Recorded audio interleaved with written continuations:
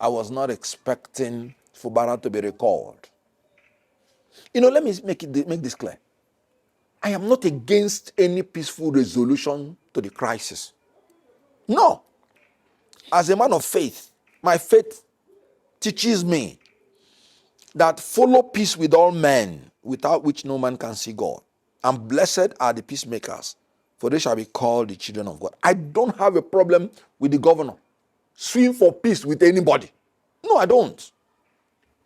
I don't have a problem with the governor and Wike reconciling.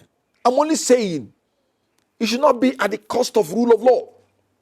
It should not be at the cost of the security and welfare of the people of Rivers State. And it should never be at the cost of the governor living on his knees. Give this governor liberty or give him death. I mean it.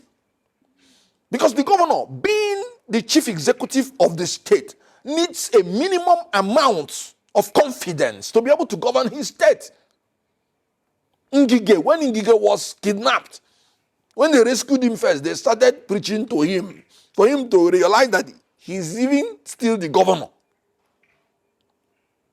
A chief executive of a state needs a minimum level of confidence to operate. If you make him to live on his knees, he will not achieve anything reasonable. I will not be such chief executive. That's why you should give me liberty or give me death. I don't need to tell you that if I'm a governor like that, if TINUBU declares state of emergency, I don't need to tell you that I will not leave that state house. They should either give me liberty or give me death. If I'm a chief executive officer and you want me to live on my knees, no. I will die one day. It's irresponsible to fear the inevitable. It's either we are doing the right thing or we are not. So this is what I'm saying. Fubara, they are simply outsmarting him.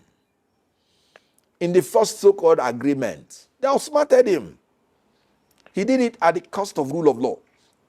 He even naively went and withdrew his own statement of defense in court. Yet those people refused to withdraw their own case. And part of the agreement that everybody would withdraw. You see? So the guy is just unfortunate. He's dealing with everybody in open mind and clean mind. And they are dealing with him with perverse mind, pretending they want to help him. But the truth is that they want to finish him. Now, the Supreme Court judgment that was neither here nor there. Look at the whole confusion it has thrown. Legislators are now in droves moving as they like. That is why the judiciary should know that they are so important. Because in the separation of powers, the function of the judiciary is to cut the excesses of the executive or the legislature so that democracy can have a free flow. If the judiciary misses it, our democracy is threatened. All right, as we wrap up, do you have any words of encouragement for your fans? Well, you know, I have fans both as a Nollywood star. They've refused to, to let me go. And I want to tell them that it is because of the love they showed for me in that living in bondage that is making me to say I must fight for all of them. When that living in bondage came, there was no industry like Nollywood. And they showed so much love. Every Nigerian accepted me. Hausa, Yoruba, Igbo. The first one that came out was not subtitled. It was purely an Igbo thing. It was the yearning of our brothers from the Yoruba and the Hausa side that made us to take it back to subtitle it. They say they want to hear everything. And can you imagine? That's why nobody can convince me today that there is any part of Nigeria that hates Ndi Igbo. No, you cannot convince me. Because that movie that was shot in Igbo, they showed love for it and showed love for us that we are speaking only Igbo in it. So that was when I knew that there's no problem between the followers. There's nothing like religion or ethnicity within the followers. It is the manipulation of the elites to divide the people so that they can govern them. So living in bondage was an eye-opener to me. And I now made up my mind. I became a hero in Nollywood because of the love of the people. I will love them. I will serve them. And you know the beauty of my faith?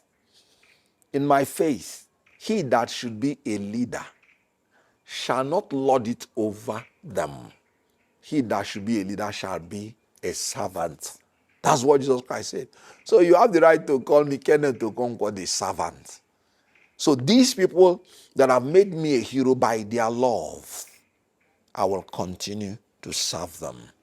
Any politician that comes after rule of law, comes after the security or welfare of Nigeria, whoever you are, I'm going to come after you. Thank you very much for sparing your time to speak to us on a wide range of issues, and you've spoken passionately from your heart. Once again, we appreciate you for Thank you. being on our set. Thank you. Thank God you. bless you. And you too. Thanks. Thank you.